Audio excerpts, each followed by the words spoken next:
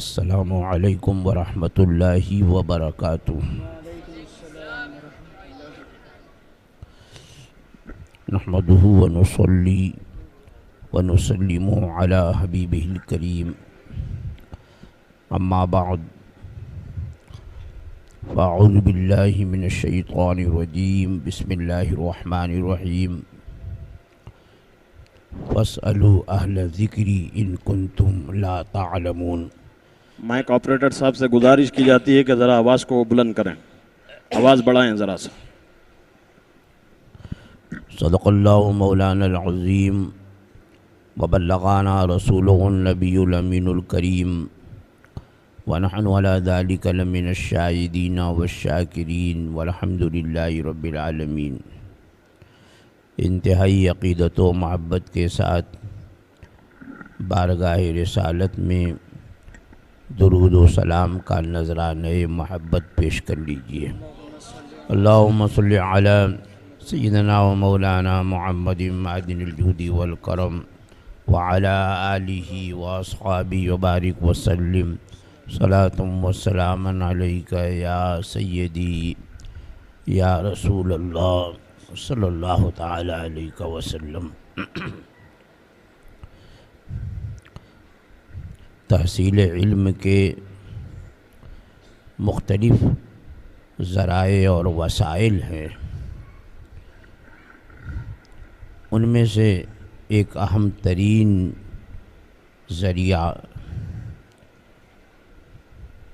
سوال کرنا اور اس کا جواب حاصل کرنا ہے،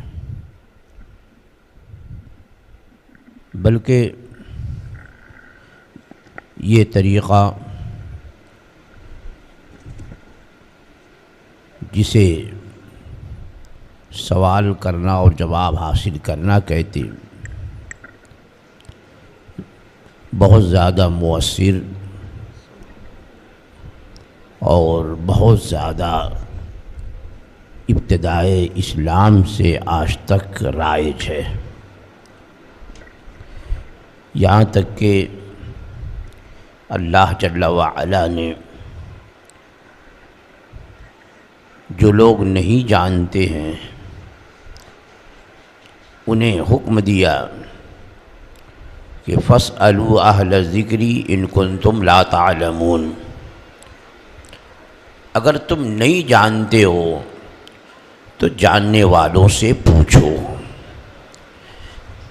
یعنی خود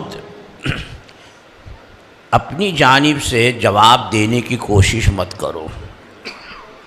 جب اچھی طرح سے کسی مسئلے، کسی حکم شرع کا علم ہو تو بتاؤ، اور اگر نہیں معلوم ہے تو اس سلسلے میں جرأت مت کرو۔ یہاں تک کہ حدیث پاک میں ہے کہ کسی جنگ کے موقع پر ایک صحابی رسول رضی اللہ تعالی عنہ کے سر میں گہرا زخم آ گیا۔ اب زخم لگا اور رات میں وہ سوئے تو اتفاق سے ان پر غسل واجب ہو گیا۔ اب جو ان کے ساتھ تھے صحابہ، ان سے انہوں نے دریافت فرمایا کہ میرے سر میں گہرا زخم ہے، پانی لگنا اسے نقصان پہنچائے گا، تو کیا مجھے اس صورت میں تیمم کی اجازت ہے؟ تو ان لوگوں نے یہ کہا کہ تیمم یہ صرف وضو کا نائب ہے، غسل کا نائب نہیں ہے، اور تم پر چونکہ غسل فرض ہوا ہے اس لیے تیمم سے کام نہیں چلے گا، غسل کرنا ہوگا۔ انہوں نے غسل کیا اور ان کا زخم بگڑ گیا اور وہ جاں بحق ہو گئے۔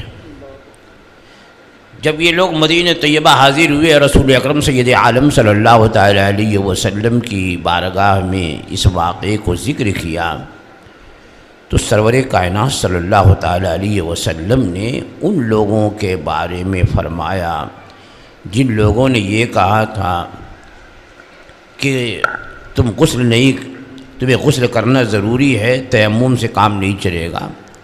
سرکار نے فرمایا کہ ان لوگوں نے اس کو قتل کیا، ان لوگوں نے قتل کیا۔ جب انہیں خبر نہیں تھی، پتہ نہیں تھا، مسئلہ معلوم نہیں تھا، تو جاننے والوں سے پوچھا کیوں نہیں؟ یہ واقعہ میں نے اس لیے ذکر کیا کہ آج کل مسئلے کے سلسلے میں بڑی بے باکی آ گئی ہے۔ جو 2 دن نماز پڑھنے لگتا ہے وہ سمجھتا یہ ہے کہ مجھے نماز کے مسائل پہ اتھارٹی ہو گئی ہے، لوگوں کو مسئلے بھی بتانے لگتا ہے اور امام پہ تنقید بھی کرنے لگتا ہے۔ اگر کسی نے اتفاق سے 1 سے 2 حج کر لیا تو حج کے معاملے میں تو وہ اتنا بے باک ہو جاتا ہے کہ جو پہلی مرتبہ حج کرنے جاتا ہے وہ اسے ایسے مسائل بتاتا ہے جن مسئلوں کا وجود ہی نہیں ہوتا۔ یہ خود میں نے دیکھا۔ ایک مرتبہ حج کے موقع پر میں نے ایک صاحب سے کہا کہ بھائی یہ مسئلہ جو ہے ایسے نہیں ایسے ہے، تو بجائے اس کے کہ وہ اصلاح قبول کرتے، انہوں نے کہا کہ ارے مولانا پتہ ہے میرا یہ 3را حج ہے، 3را۔ میں نے کہا اگر 30واں بھی ہوگا تو غلط ہوگا۔ تو آج کل بے باکی آ گئی ہے، جبکہ صحابہ کرام رضوان اللہ تعالی علیہم اجمعین کا عالم یہ تھا کہ بہت سی باتیں وہ جانتے تھے، پھر بھی اپنے سے زیادہ جاننے والوں کی طرف بھیجتے تھے کہ اس مسئلے کو مجھ سے زیادہ فلاں جانتا ہے، اس سے جا کر پوچھو۔ اور آج اگر کسی مسجد کا امام ہے اور مقتدی نے کوئی مسئلہ پوچھ لیا تو اس کے بجائے کہ ٹھیک ہے میں مغرب کے وقت آپ کو بتا دوں گا، ذرا کتاب میں دیکھ لوں، کسی سے رجوع کر لوں، یہ کہنا بڑی شرم کی بات ہوتی ہے۔ وہ اس وقت جو سمجھ میں آتا ہے ٹھونک دیتا ہے، شاید صحیح بیٹھ گیا تو صحیح، غلط بیٹھا تو غلط۔ جبکہ حکم یہ ہے کہ جس مسئلے کا علم نہ ہو اس کا بتانا حرام ہے، اگرچہ وہ صحیح بتائے۔ یعنی اندازے سے بتا دیا اور تکا بیٹھ گیا، صحیح ہو گیا، تو علماء فرماتے ہیں کہ یہ بھی ناجائز ہے، کیونکہ ایک مرتبہ تکا بیٹھ گیا تو اب جرات اور بڑھ جائے گی۔ جب کوئی پوچھے گا کہے گا بھائی میں تو ایک مرتبہ بتا دیا تھا، صحیح ہو گیا تھا، میں لہذا میں ہی بتا دیتا ہوں۔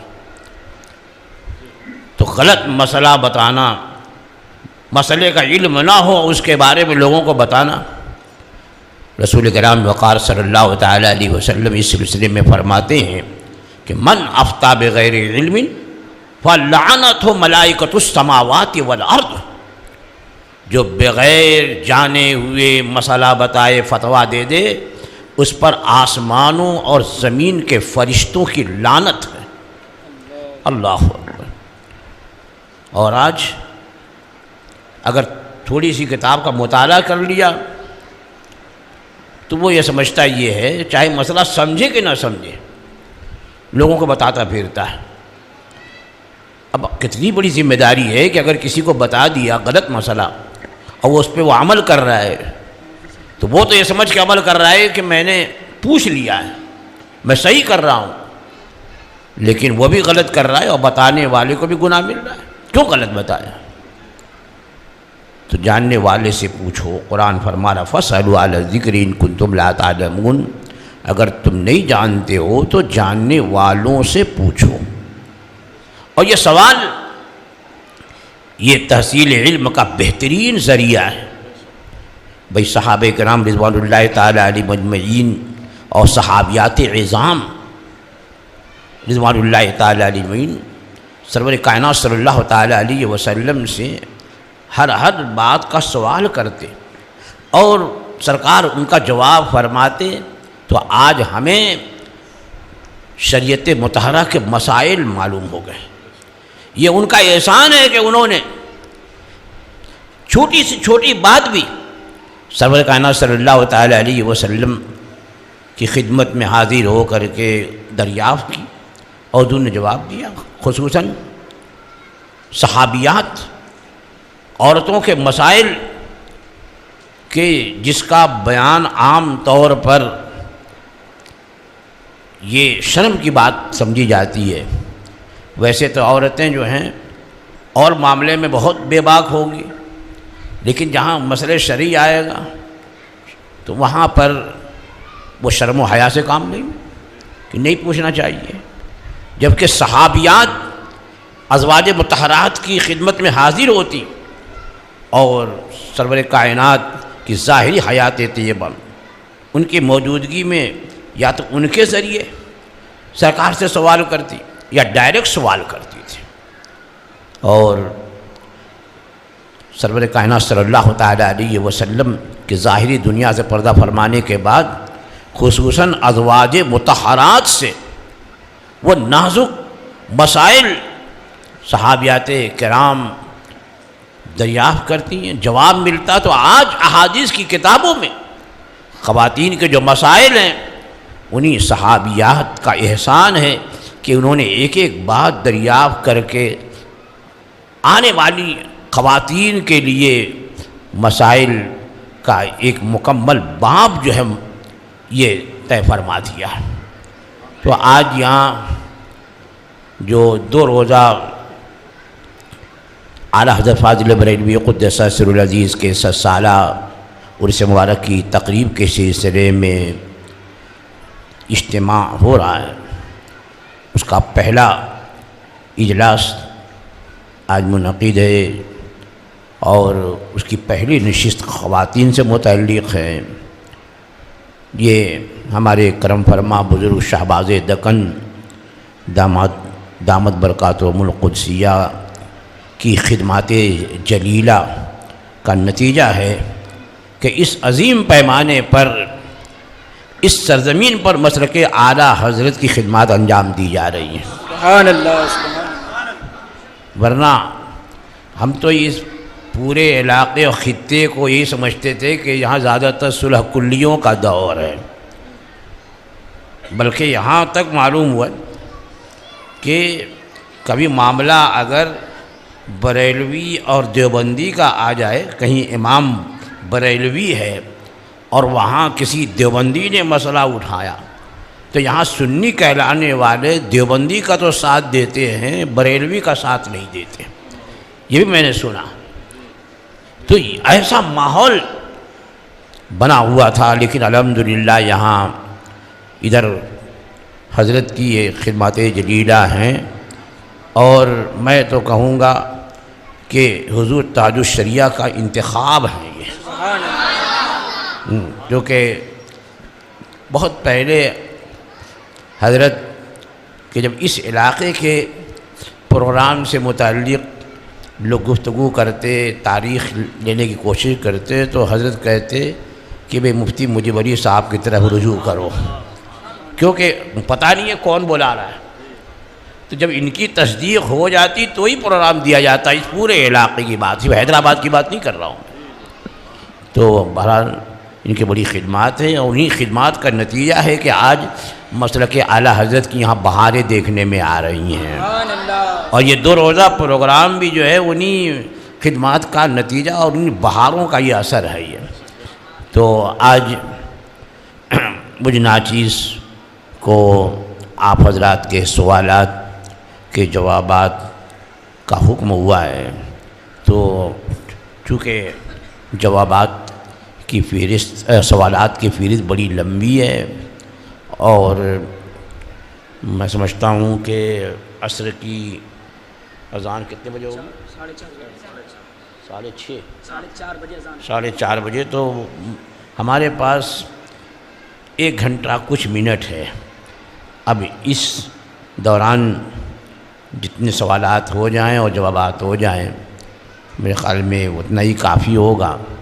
تو آپ حضرات پوری توجہ کے ساتھ خصوصاً میں اپنی ماؤں بہنوں اور میں اپنی بچیوں سے عرض کروں گا کہ وہ سوالات بھی غور سے سنیں اور جوابات بھی خوب غور سے سنیں، بلکہ اگر وقت ہوا تو اگر آپ کو کوئی جواب سمجھ میں نہیں آیا یا اس جواب کے سلسلے میں کچھ تردد ہو تو آپ کسی پرچے پر اپنی بات لکھ کر کے یہاں بھیج دیں۔ اگر وقت ہوگا تو میں اس سلسلے میں آگے آپ حضرات کو مطمئن کرنے کی کوشش کروں گا۔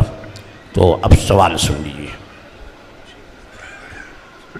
السلام علیکم ورحمۃ اللہ وبرکاتہ۔ وعلیکم السلام ورحمۃ اللہ وبرکاتہ۔ کیا عورتوں کے لیے زیارت قبور اور مزارات اولیاء پر حاضری کی اجازت ہے؟ سوال آپ نے سن لیا کہ خواتین سے متعلق سوال ہے کہ یہ قبروں کی زیارت کے لیے اور اولیاء کرام کے مزارات پر حاضری کے لیے جا سکتی ہیں کہ نہیں جا سکتی ہیں۔ تو اس سلسلے میں اسلم مذہب یہ ہے، اسلم مطلب زیادہ سلامتی والا۔ اعلیٰ حضرت فاضل بریلوی قدس سرہ العزیز نے ایک جگہ ارشاد فرمایا کہ اسلم مذہب یہی ہے کہ عورتیں مطلقاً روکی جائیں، یعنی اپنے عزیزوں کی قبروں پر جانے سے بھی اور اولیاء کرام کے مزارات پر بھی جانے سے روکی جائیں کہ اس سے بہت سے مفاسد کے دروازے کھلتے ہیں۔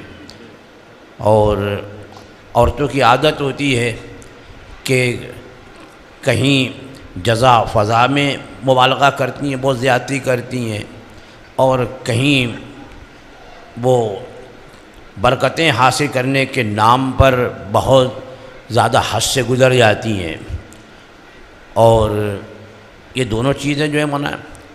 تو اپنے عزیزوں کی قبروں پر بھی جانا انہیں ممنوع ہے، وہاں جائیں گی، روئیں گی، پیٹیں گی، کریں گی، قبروں کی بے حرمتی ہوگی۔ اور مزارات اولیاء پر جانا تو وہاں جہاں ادب و احترام میں وہ اپنے اعتبار سے سمجھتی ہے کہ ہم نے بہت ادب کیا، وہ چومنے چاٹنے میں، تو اس میں مزارات اولیاء کرام کی بھی بے حرمتی کا سخت اندیشہ ہے۔ اور پھر اختلاط مرد و زن، اور اسلام نے اس چیز سے سختی سے روکا ہے کہ عورتوں کے لیے پردے کا حکم ہے، وہ گھر میں رہیں۔ جب نماز سے لی جو وہ نماز کہ جو فرض قطعی ہے اور جماعت اس کی واجب، اور رسول اکرم سید عالم صلی اللہ تعالیٰ علیہ وسلم کے زمانے اقدس میں خواتین مسجدوں میں آتی تھیں، جماعت سے نماز پڑھتی تھیں، لیکن جب کچھ فتنے کا اندیشہ ہوا، حضرت سیدنا امیر المومنین فاروق اعظم عمر ابن خطاب رضی اللہ تعالی عنہ نے عورتوں کو مسجد سے روک دیا۔ اور سرکار کے زمانے میں آتی تھی، تب بھی میرے آقا نے اس دور میں بھی ارشاد یہ فرمایا کہ عورتوں کو میری اس مسجد سے زیادہ ثواب نماز پڑھنا ان کے گھروں میں افضل ہے۔ میری اس مسجد سے زیادہ افضل نماز پڑھنا گھروں میں ہے، اور گھر کے صحن سے زیادہ افضل گھر کی کوٹھری میں، یعنی جتنے زیادہ پردے میں عورت نماز پڑھے اتنا ہی بہتر۔ تو چونکہ وہ زمانے نزول وحی تھا کہ احکام شرعیہ نازل ہوتے تھے، تو لہذا عورتوں کو اجازت تھی کہ مسجدوں میں آئیں، مرد بھی مسائل سیکھیں اور عورتیں بھی مسائل سیکھیں۔ لیکن اب نزول وحی کا زمانہ نہیں رہا اور فتنوں کا دور شروع ہوا۔ حضرت سیدنا فاروق اعظم رضی اللہ تعالیٰ عنہ نے اپنے دور میں مسجدوں سے عورتوں کو روکا، جبکہ نماز پڑھنا جماعت سے واجب تھا، قریب اس سے روک دیا کہ عورتیں نہیں آئیں، گھروں میں پڑھیں۔ اب عورتیں حضرت عائشہ صدیقہ رضی اللہ تعالیٰ عنہ ام المومنین کی بارگاہ میں حاضر ہوئیں کہ یہاں تائید مل جائے گی ہمیں کہ دیکھیے امیر المومنین عمر ابن خطاب نے ہم کو مسجد میں سے روک دیا ہے، آپ کچھ کریے۔ حضرت سیدنا ام المومنین عائشہ صدیقہ رضی اللہ تعالی عنہا یہ زبردست فقیہ تھی سبحان اللہ. اور بہت ساری احادیث کریمہ جو مسائل سے متعلق ہیں ان سے مروی ہیں. تو ان کی بارگاہ میں حاضر ہوں تو انہوں نے کیا جواب دیا؟ اللہ اکبر. انہوں نے فرمایا کہ آج جو حال ہے عورتوں کا، اگر حضور کے زمانے میں یہ ہوتا تو حضور بھی ضرور عورتوں کو مسجد سے روک دیتے. یا اللہ، جب اس زمانے کی عورتیں جو آج کی عورتوں سے لاکھوں درجے زاہد اور پاک باز اور باعصمت اور باحیا تھیں اور شریعت مطہرہ کا پاس و لحاظ تھا، جب اس زمانے میں وہ فرما رہی ہیں تو آج کا کیا حال ہوگا؟ تو یہ مسجدوں سے روکا گیا تو اب مزار پہ جانے اور درگاہ پہ جانے کیسے اجازت ہوگی؟ اسی سے وہ سمجھ لیں، فیصلہ کر لیں. بہرحال ان کا جتنا زیادہ پردے میں وہ رہیں اتنی ہی ان کے حق میں بہتر ہے. سنی کا بد مذہب بد عقیدہ سے کسی قسم کا تعاون لینا اور تعاون کرنا از روئے شرع کیسا ہے؟ دیکھیے، بدعقیدہ بد مذہب، سب سے پہلے تو یہ آپ جان لیں کہ رسول اکرم سید عالم صلی اللہ تعالی علیہ وسلم نے بد مذہبوں سے میل جول کو منع فرمایا. اور کیا فرمایا؟ سرکار نے فرمایا کہ ایاکم و ایاہم لا یضلونکم ولا یفتنونکم، کہ تم اپنے آپ کو ان سے دور رکھو اور انہیں اپنے سے دور کرو. ایاکم و ایاہم، اپنے کو ان سے بچاؤ اور انہیں اپنے سے دور بھگاؤ کہ کہیں تمہیں گمراہ نہ کر دیں، کہیں تمہیں فتنے میں نہ ڈال دیں. تو جب دور رہنے کا حکم سرکار نے دیا تو ہر معاملے میں دور رہے، چاہے وہ رشتہ داری ہو، دوستی ہو، تعلق ہو. خصوصاً یہ لین دین کا معاملہ ایسا ہے کہ اسی طریقے سے وہابیت تیزی سے ہندوستان میں پھیلی ہے، کیونکہ ان لوگوں نے پیسے دے دے کر کے، اب وہ غریب لوگ جو تھے انہیں پیسے دیے تو وہ جب کسی کو کسی کا تحفہ ملتا ہے، کسی کی طرف سے کوئی مدد ملتی ہے تو اس کا دل اس کی طرف مائل ہوتا ہے، اور اب اس کی برائی سننے میں اسے سخت ناگواری گزرے گی کہ وہ نہیں وہ ایسا آدمی نہیں ہے، ہماری مدد کیا ہے. تو اس طرح سے تعاون ان سے لینا، یہ بھی اعلیٰ حضرت فاضل بریلوی قدس سرہ فرماتے ہیں کہ ہمیں حکم دیا گیا انا لا نستعین بمشرکین، کہ ہم ان کافروں سے مدد نہیں لیتے، مدد نہیں مانگتے ہیں. اور انہیں فائدہ پہنچانا، تو یہ تو اب ظاہر بات ہے کہ جو بدعقیدہ ہیں، بد مذہب ہیں، کیوں بدعقیدہ ہیں؟ گستاخی رسول کی تو وجہ سے. تو اب کیا اب ایسے لوگوں کی آپ مدد کرو گے یا ان سے آپ نفرت کرو گے؟ مدد کرنا جو ہے یہ نفرت کے خلاف ہے، اور ہمیں حکم دیا گیا ہے کہ جو اللہ اور اللہ کے رسول کا ہے وہ ہمارا ہے، اور جو اللہ اور اللہ کے رسول کا نہیں ہے وہ ہمارا بھی نہیں ہے. لہذا مدد ان کو پہنچانے سے بھی بچیے اور ان سے مدد لینے سے بھی بچیے. منگنی کے بعد لڑکا لڑکی کا آپس میں بات کرنا کیسا ہے؟ آپ نے سوال سنا، اچھا سوال ہے کہ منگنی کے بعد جو ہے ان دونوں منگیتروں کا آپس میں بات کرنا کیسا ہے. تو ظاہر بات ہے کہ منگنی کوئی رشتہ نہیں ہے، یہ تو سب ہندوستانی رواج ہے کہ بھئی پہلے منگنی ہوتی ہے اور پھر یہ ہوتا ہے، پھر وہ ہوتا ہے، تب جا کہیں نکاح ہوتا ہے. اور یہاں کہیں تو ایسا رواج ہے کہ منگنی کے بعد جو ہے وہ دونوں ایک دوسرے سے اتنے قریب ہو جاتے ہیں کہ اگر کسی وجہ سے منگنی ٹوٹی تو پھر جلدی نکاح اور رشتہ بھی نہیں ہوتا اس لڑکی کا، اتنی قربت ہو جاتی ہے معاذ اللہ. تو منگنی تو کوئی رشتہ ہی نہیں ہے، وہ بس اتنا ہے کہ دونوں میں بات ہوئی ہے کہ بھئی ہم اپنے بیٹے سے آپ کی بیٹی کی شادی کریں گے، وہ راضی ہو جاتا ہے کہ ہماری بیٹی جو ہے وہ آپ کے بیٹے سے منسوب ہے، بس اتنا، یہ نسبت ہے. تو اس کی وجہ سے اب بھی اجنبی ہیں، جب تک کہ عقد شرعی، یہ نکاح جو ہے یہ عقد شرعی ہے، جب تک کہ نکاح نہیں ہو جائے دونوں اجنبی ہیں. جس طرح اجنبی مرد و عورت کا میل جول اور بلا ضرورت شرعیہ ان کا بات کرنا جائز نہیں ہے، اور فتنے کے دروازے کھلنے اسی طرح سے اس منگنی کے ذریعے تو بہت سے فتنے کے دروازے کھل جاتے ہیں، لوگوں کو تجربہ بھی ہے، لہذا انہیں روکا جائے جب تک کہ نکاح نہ ہو جائے، اس وقت تک انہیں تنہائی میں نہ تو ملنے کی اجازت دے اور نہ انہیں آپس میں بلا ضرورت شرعیہ بات کرنے کی اجازت دے، کیونکہ بات ہی سے تو بات آگے بڑھتی ہے۔ اب آج کل موبائل چل گیا ہے، اب آزادی ہو گئی، ایک ایک گھنٹہ بات کرتے ہیں، شادی سے پہلے روزانہ کئی گھنٹے بات کرتے ہیں، اور جیسے شادی ہو جاتی ہے سب بات بند ہو جاتی ہے، اس لیے کہ سب تو پہلے ہی کر چکے تھے جو کہ بات کرنی تھی، اور اس کے بعد پھر اب پہلے جو ہے وہ بڑی دوستی، بڑی پیار محبت کی بات ہوتی ہے، اور جب شادی ہوتی ہے تو خالی جھگڑے اور رگڑے کی بات ہوتی ہے، تمہاری ماں ایسی ہے، تمہارا باپ ایسا، تمہاری بہن ایسی، اب یہ بات شروع ہو جاتی ہے۔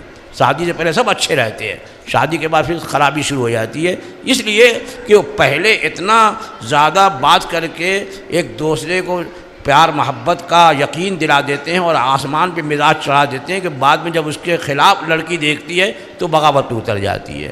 تو یہ بہت بڑا فتنے کا دروازہ ہے، منگنی کرے، میں نہیں کہتا، لیکن اس کے بعد جو یہ رواج ہو گیا ہے کہ اب دونوں جو ہیں وہ میاں بیوی کے جیسے رہیں، تو یہ شرعاً بالکل ممنوع ہے، اور اس پر ہمارے بزرگوں کو چاہیے، جو والدین ہیں انہیں چاہیے کہ وہ اس پر روک لگائیں اور اس پہ پابندی لگائیں۔ عاشورہ کے دن علم دیکھنا یا علم بٹھانا اور اس کے سامنے منت مانگنا وغیرہ کیسا ہے؟ تعزیہ داری کے متعلق شرعی حکم کیا ہے؟ آپ نے سوال سن لیا کہ محرم الحرام میں چاہے وہ عاشورے کا دن ہو یا عاشورے سے پہلے یا عاشورے کے بعد یہ علم نکالنا اور تعزیہ داری کرنا تو یہ کیا ہے اور ان کا دیکھنا کیا ہے؟ تو یہ ہے کہ یہ شیعوں کا طریقہ ہے، تعزیہ بنانا، علم اٹھانا، گھمانا، یہ سب جو ہے وہ شیعوں کا طریقہ ہے۔ وہ علم اس لیے نکالتے ہیں کہ ابن زیاد نے اور عمرو ابن سعد نے جب کربلائے معلیٰ میں اہل بیت اطہار کے مقدس افراد شہید کر دیے گئے، ان کے اعوان و انصار جام شہادت نوش فرما چکے، تو ان کے سروں کو نیزے پر چڑھا کر کے اور کوفے کی گلیوں میں گھمایا پھرایا، جلوس نکالا معاذ اللہ، کیا کہ لوگوں کو عبرت ہو کہ جو یزید کی مخالفت کرے گا اس کا یہی انجام ہوگا۔ تو اس طرح سے یہ اس زمانے میں ان لوگوں نے کیا، عبید اللہ ابن زیاد اور دوسرے یزیدیوں نے، اور پھر اسی طریقے سے کوفے سے دمشق تک کا سفر ہوا تاکہ ساری آبادی والے دیکھتے رہے معاذ اللہ رب العالمین۔ تو ایسا ہوا، تو اسی کی نقل یہ علم ہے۔ آپ نے دیکھا ہوگا کسی میں پنجہ بنا ہوتا ہے، کسی میں کچھ بنا ہوتا ہے، یہ شیعوں نے وہی نکالا ہے گھمانے کے لیے کہ معاذ اللہ امام حسین کا جلوس نکال لیں۔ اور تعزیہ، یہ تعزیہ تو جو روضے سیدنا سید الشہداء امام علی مقام رضی اللہ تعالیٰ عنہ ہے، الحمدللہ میں نے کئی مرتبہ خود اس کی زیارت کی ہے کربلائے معلیٰ پہنچ کر کے، تو جو سرکار کا روضہ ہے اس روضے سے اس تعزیے کی شکل کی کوئی مناسبت ہی نہیں ہے۔ لوگ کہتے ہیں کہ بھئی حضرت امام حسین کا روضہ ہے، یہ اس کی نقل ہے ہی نہیں ہے، بلکہ یہ اپنی طرف سے تراش اور اپنی طرف سے یہ گھڑت ہے یہ کہ وہ اس طرح بناتے ہیں، اس میں مصنوعی قبر بناتے ہیں اور پھر لے جا کر کے اسے توڑ تاڑ کر کے دفن کر دیں گے، پانی میں ڈال دیں گے، اور یہ تعزیہ ہوا۔ تو یہ جو مروجہ تعزیہ داری ہے، اس کو اعلیٰ حضرت فاضل بریلوی قدس سرہ العزیز نے ناجائز بتایا، حرام بتایا کہ یہ شیعوں کا طریقہ ہے، اور ظاہر بات ہے کہ جو چیز ناجائز ہے اس کا تماشا دیکھنا بھی جائز نہیں ہے، اسے دور رہے۔ ہاں کسی نے پوچھا اعلیٰ حضرت فاضل بریلوی قدس سرہ العزیز سے کہ روضے سید الشہداء امام حسین رضی اللہ تعالیٰ عنہ کی نقل بنوا سکتے ہیں کہ نہیں؟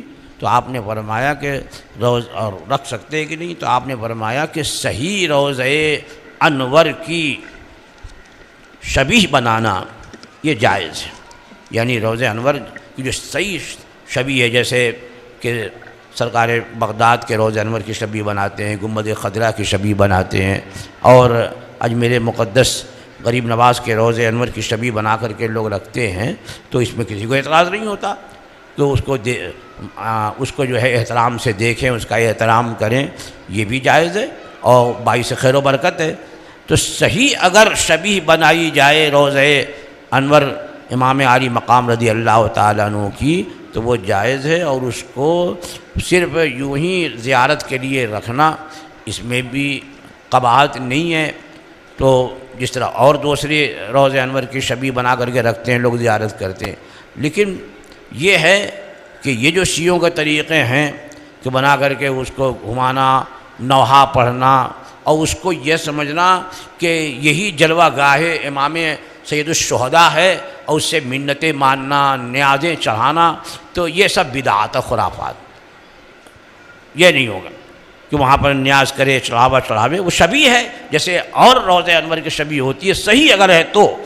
اور یہ تو جو بناتے ہیں تعزیہ، یہ تو بالکل اس روضہ انور کے شبیہ کے بالکل مخالف ہے۔ اور آج کل تو فیس بک وغیرہ کا دور ہے، آپ صحیح روضہ انور کا فوٹو دیکھ سکتے ہیں کہ اس کی شکل کیا ہے اور تعزیہ کی شکل کیا ہوتی ہے۔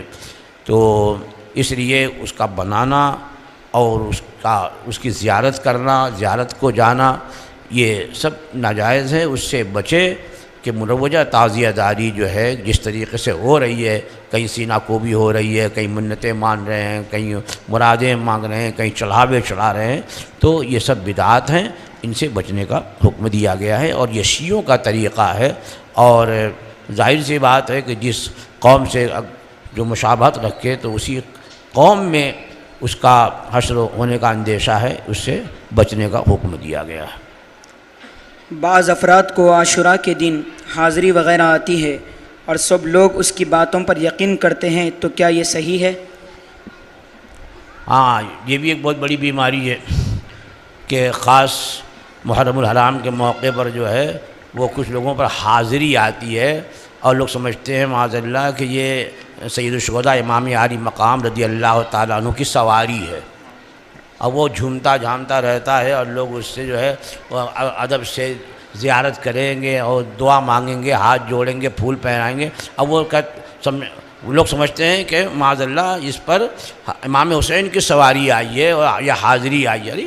امام عالی مقام رضی اللہ تعالی عنہ جو جوانان جنت کے سردار ہیں، جو اولیاء کرام کے سردار ہیں، اور وہ ان فاسق اور فاجر لوگوں پر سوار ہوں گے، اور یہاں ان کی روح جو ان میں معاذ اللہ ان پہ آئے گی، یہ کتنا گھناؤنا جو ہے انسان۔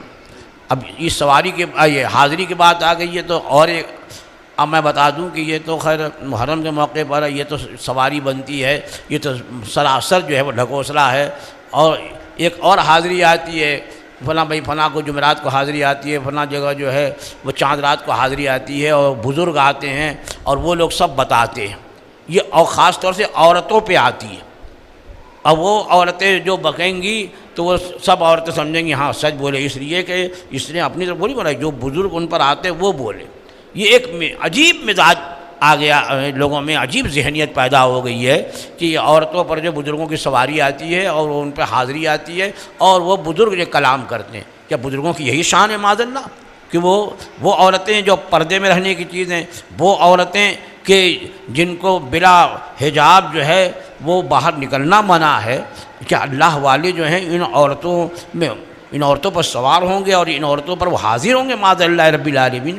یا تو یہ کہ یہ نرا جو ہے ان لوگوں کا فریب اور ان لوگوں کا مکر ہے، اور عورتوں کے مکر کا سمجھنا بڑا مشکل ہوتا ہے، یا تو یہ ہے، یا پھر یہ ہے کہ اگر واقعی وہ ہوش و حواس میں نہیں رہتی اور اناپ شناپ بکتی ہے کہ میں فلاں ہوں، تو سمجھ لو کہ کوئی خبیث جنات ہوگا، اس پر سوار ہوگا، اور وہ لوگوں میں جھگڑا لڑانے کے لیے اور پھوٹ ڈالنے کے لیے طرح طرح کی باتیں اور بکواس کرتا رہتا ہے وہ، تو یا تو کوئی خبیث جنات ہوگا یا اللہ والوں کا نام لینا، یہ قطعاً جو ہے وہ کہیں سے ثابت نہیں، اور ہمارے بزرگان دین نے سختی سے اس کو رد کیا ہے کہ کسی بھی عورت پر کسی بزرگ کی سواری کا آنا، حاضری کا آنا، یہ قطعاً شرعی طور پر جو ہے وہ ذہن قبول ہی نہیں کر سکتا ہے. یا تو مکر ہے عورتوں کا، یا پھر یہ ہے کہ کوئی خبیث جنات ہے جو اس پر ایک وقت مقررہ پہ سوار ہو کر کے اور طرح طرح کی بکواس کرتا ہے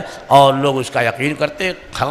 اگر کوئی بات خلاف شرع وہ کہے، یا یہ کہ دو مسلمانوں کے درمیان لڑانے اور جھگڑنے والی بات کرے، اختلاف والی بات ہو، تو ہرگز اس کو تسلیم نہ کیا جائے اور اس کا رد کیا جائے کہ یا تو یہ مکر ہے یا کسی خبیث کی یہ بولی ہے جو ہمارے درمیان اختلاف پیدا کرنا چاہتا ہے.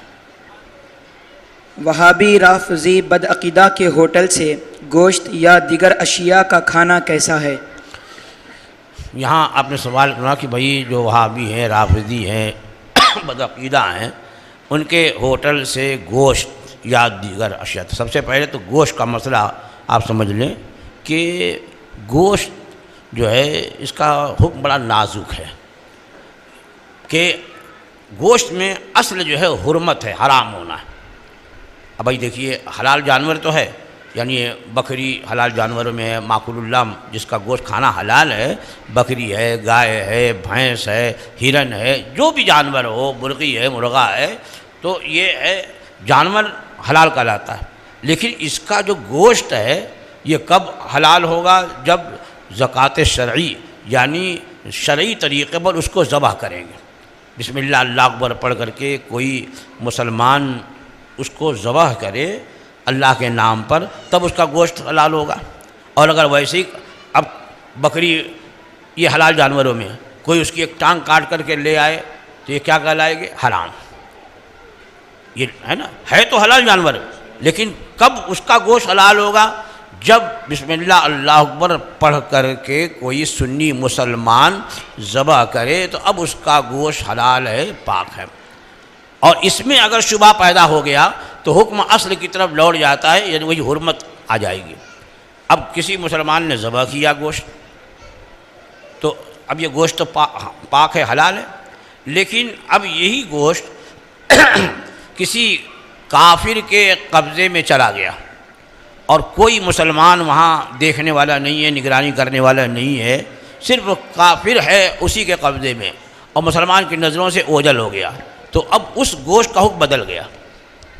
ہم یہ جان رہے ہیں کہ ذبح کیا ہے ایک مسلمان نے اور یہ کافر لے کر کے چلا آ رہا ہے یہاں پر. اب یہاں آیا لیکن صرف تنہا وہ کافر ہے، کوئی اور مسلمان نگراں نہیں ہے. کہ بھائی ان بچوں کو روکو، یہ مسجد میں اس طریقے سے سب ہنگامہ مچائے ہوئے ہیں. ہاں، تو اگر کوئی کافر کسی گوشت پہ قبضہ کر لے اور وہ گوشت پہلے حلال ہے، لیکن اب اس کے قبضے کے بعد جب کہ کوئی مسلمان نگراں نہیں ہے، تو اب یہ گوشت کا حکم کیا ہو جائے گا؟ حرام ہو جائے گا. اب یہ مردار کا حکم ہو جائے گا. گوشت کے بارے میں اچھی طرح مسئلہ سمجھ لے. بہت سے لوگ اس سے لا علم ہیں اور کہتے ہیں بھائی ارے یہاں تو سب مسلمان ہی ذبح کرتے ہیں، لیکن حکم بڑا سخت ہے، بڑا نازک ہے اس معاملے میں. تو اب جو وہابیوں کے، رافضیوں کے ہوٹل ہیں، تو اب جن کے ہوٹل ہیں ظاہر بات ہے کہ اب گوشت مختلف مراحل سے گزرنے کے بعد تیار ہو کر آپ تک آیا. کیا ہر مرحلے میں کوئی سنی مسلمان نگراں تھا؟ بھئی وہ وہابی کا ہوٹل ہے، وہابی کام کرنے والا ہوگا، تو ہر جگہ تو وہابی ہے یا رافضی ہے، تو اس وجہ سے اب وہ گوشت کا حکم بدل گیا. تو گوشت کے معاملے میں تو بہت سخت حکم ہے، لہذا رافضی یا وہابی کے ہوٹل سے گوشت تو ہرگز نہ کھائیں. اب دوسری چیزیں، تو اگر سنی صحیح العقیدہ مسلمان کے وہاں اور چیزیں ملتی ہیں تو ان کے وہاں سے ان چیزوں کو بھی نہیں لینا چاہیے کہ جن وہابیوں کی بدعقیدگی حد کفر کو پہنچ گئی. جو بھی بدعقیدہ جس کی بدعقیدگی حد کفر کو پہنچ گئی، اس کا حکم مرتد کا ہے اور مرتد سے معاملات بھی جائز نہیں ہیں. لہذا ان سے خرید و فروخت سے حتی المقدور بچنے کی کوشش کریں. کیا عورت کو تنگ لباس پہننا جائز ہے؟ ہاں، سوال یہ کیا کہ عورتوں کو تنگ لباس پہننا جائز ہے. بھئی عورت تو چھپانے کی چیز ہے نا، کہ دکھانے کی چیز ہے. تو اب وہ تو تنگ لباس جو ہے وہ اعضاء کو نمایاں کرنے کے لیے، مردوں کو جو ہے وہ تنگ لباس کے سلسلے میں کراہت کا حکم ہے کہ جو ہم مرد بڑا چست پہنتے ہیں کہ اٹھنے بیٹھنے میں بھی تکلیف ہوتی ہے، تو وہ ان کو یہ کراہت کا حکم ہے۔ عورتیں تو ایسا لباس پہنیں کہ جس سے ان کے جسم کا مکمل پردہ ہو اور اس کی طرف نظر نہ اٹھے، اور چست لباس میں تو یہ تو اس پردے کے حکم کی خلاف ورزی ہے کہ اگر چست لباس ہے کہ اعضاء کی نشو و نما اس سے ظاہر ہوتی ہے، ابھار ہوتا ہے، تو اس کی طرف نظر کرنا بھی جائز نہیں، اور جب نظر کرنا جائز نہیں تو ایسا لباس پہننا انہیں کیسے جائز ہوگا؟ تو عورتوں کو ایسا لباس پہننا چاہیے کہ جس سے ان کے اعضاء مکمل طور پر ان کی سطر پوشی ہو، ڈھک جائیں اور پردہ ہو۔ آپ لوگ یہ سمجھتے ہیں کہ پردہ جو ہے خالی برقع پہن لیا تو پردہ ہو گیا، اب برقع اتنا چست ہوتا ہے کہ جسم کے اعضاء جو ہیں وہ اور ان کی نشو و نما ظاہر ہونے لگتی ہے، تو برقع کہاں رہا وہ؟ ارے برقع یہ تو برقعے کی بات ہے، یہ چست کی بات ہے۔